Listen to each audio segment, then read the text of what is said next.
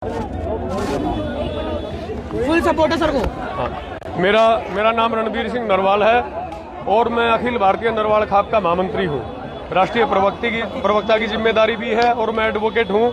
और हमारी बार ने इन बच्चों के लिए इनकी पीड़ा को देखते हुए जिस तरीके से बुरे तरीके से इनको रौंदा गया है, हमारी बार ने शायद हिंदुस्तान की पहली बार होगी कि हमने वर्क सस्पेंड किए आज।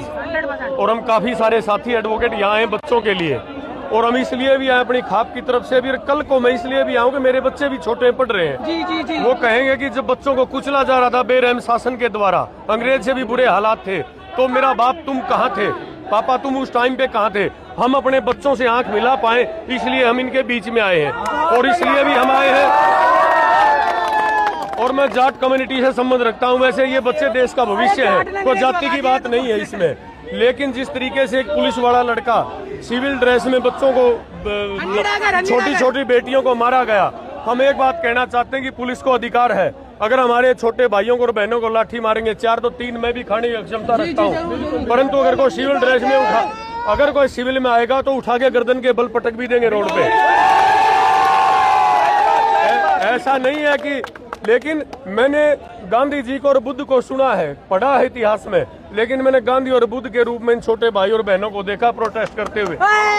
पुलिस इनको लाठियां मार रही है, पुलिस इनको डंडे लाठियां मार रही है। अगले दिन ये करेंगे अंकल लो आपने बहुत अच्छा काम किया, उनको फूल दे रहे हैं। मोदी जी को शर्म आनी चाहिए। वो कह रहे हैं कि खालिस्तानी है, अब किसान आंदोलन करे तो खालिस्तानी, कोई पाकिस्तानी। आप इस एंगल से क्यों जोड़ रहे हैं?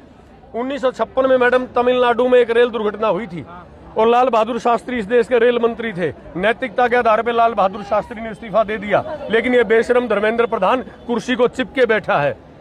5 साल के लिए आपको चौकीदारी दी है, आपको मालिक नहीं बनाया इस देश का।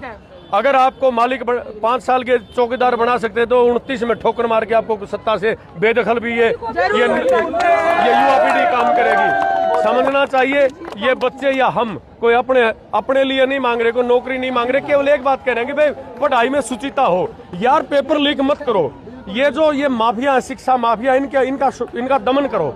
लेकिन अगर आप इनको बढ़ावा दे रहे हो, इनको छोड़ रहे हो, इनको पकड़ नहीं रहे, तो देश में डॉक्टर कैसे बनेंगे, इंजीनियर कैसे बनेंगे, साइंटिस्ट कैसे बनेंगे, अच्छे पॉलिटिशियन कैसे बनेंगे। और यही लोग, ये सरकार में बैठे लोग चाह रहे हैं कि हमारे जैसे अनपढ़ और जाहिल और गवार लोग सत्ता पे काबिज रहे। जरूर जरूर। आपने पहली बार इस प्रोटेस्ट को ज्वाइन किया है? मैं आज आया हूँ, स्पेशल आया हूँ इस बात के लिए। क्या ऑब्जर्व किया? मैंने ये ऑब्जर्व किया कि वो किसी ने कहा है कि दरिया तेरी खैर नहीं, अब बूंदों ने बगावत कर ली है, नादान न समझ बुज़दिल इसको, अब लहरों ने बगावत कर ली है, और तलवार तुम्हें झुकना होगा, अब गर्दन ने बगावत कर ली है। जब शानदार तरीके से 15-15 साल के, 20-20 साल के छोटे बेटे और बेटियां सीना तान के पुलिस के सामने खड़े हैं कि सर मारिए लाठी, चलाइए गोली। और मैं तो कहता हूं कि दिल्ली पुलिस को, बेरहम को शर्म नहीं आई? ऐसे फूल जैसे मासूम बच्चों को मार रहे हैं, जिनको आज शिक्षा का अध्ययन करना चाहिए था, जिनको क्लासरूम में बैठ के पढ़ना चाहिए था। वो बच्चे को खुशी में थोड़ी आए हैं, या पीड़ा में आए हैं, दर्द में आए हैं। और मैं नहीं, हमारे जैसे लाखों लोग हैं जिनको ये दृश्य देखा तो नींद नहीं आई, और इन बच्चों की चित्कार हमें यहाँ लेकर आई है। जरूर जरूर। जो आपने 20 जुलाई को जो आपने देखा, जो सोशल मीडिया पर आपने वीडियोस देखी जी, उस माहौल में और आज जो यहाँ पर माहौल है, क्या उसमें कोई बहुत बड़ा फर्क नजर आता है? क्या बच्चों को आप देख पा रहे हैं? मैं बच्चों को देख पा रहा हूँ कि संख्या लाखों में बढ़ गई। और मैडम, और बच्चों का तरीका बेहद ही शालीन। जैसे मैं आया वहाँ गेट पे पुलिस से बाहर निकलते ही ऐसे पंखे से हवा कर रहे हैं, जो हरियाणा में वो हम बोलते थे बीजना, ये जो गत्ता उठा रखा है बच्चे ने, ऐसे कि आने वालों को गर्मी ना लगे। फिर 3-4 लड़कियां मैंने देखी, थैंक यू, 3-4 लड़कियां मैंने देखी, तो वो हाथों में दस्ताने पहन के और जो ये कचरा था रोड पे उसकी सफाई करने में लगे हुए। इनसे तो प्रेरणा लेनी चाहिए सरकार को।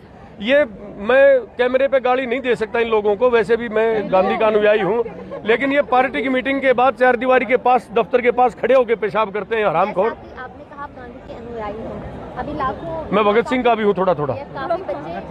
काफी बच्चे यहाँ पर हैं जी, और क्योंकि मैं भी इस प्रोटेस्ट को कवर करने आई हूँ और काफी समय से आ रही हूँ जी जी, लेकिन 20 जुलाई के बाद मैं एक माहौल देख पा रही हूँ। और आज जो बच्चों के जो शब्द थे, जी, तो क्या अगर आप गांधी के अनुयायी हैं तो क्या आपको अंदर से थोड़ा दर्द हो रहा है कि बच्चे थोड़ी से हमें दूसरी राह पर चलते हुए नजर आ रहे हैं और इनको प्रतिनिधित्व देने वाला कोई नहीं?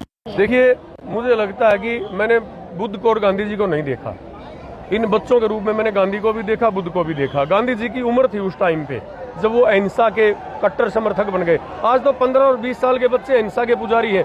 हो सकता है कि इतनी बड़ी भीड़ में, इतने बड़े सिस्टम में कोई न कोई गलत हरकत करने वाला भी आ जाए, उससे भी बच्चों को सावधान रहने की जरूरत है। आंदोलन हमेशा शांति प्रिय तरीके से जीते जाते हैं। और दूसरी बात, वर्ल्ड वार हुए 2 बार। आज यूक्रेन की और रशिया की लड़ाई है, अमेरिका की और ईरान की, लाखों लोगों का कत्ल होगा, हम नहीं चाहते। लेकिन शांति तभी होगी जब टेबल पे बैठ के बात करनी पड़ेगी। सरकार को बेशर्मी छोड़ के और टेबल पे बैठ के बच्चों से बात करनी चाहिए। अब क्या आपको क्या लगता है कि किस दिशा में अभी जाने वाला है, और क्या जो मांगे थी, क्या उन मांगों पर ये तमाम जनता के लोग ये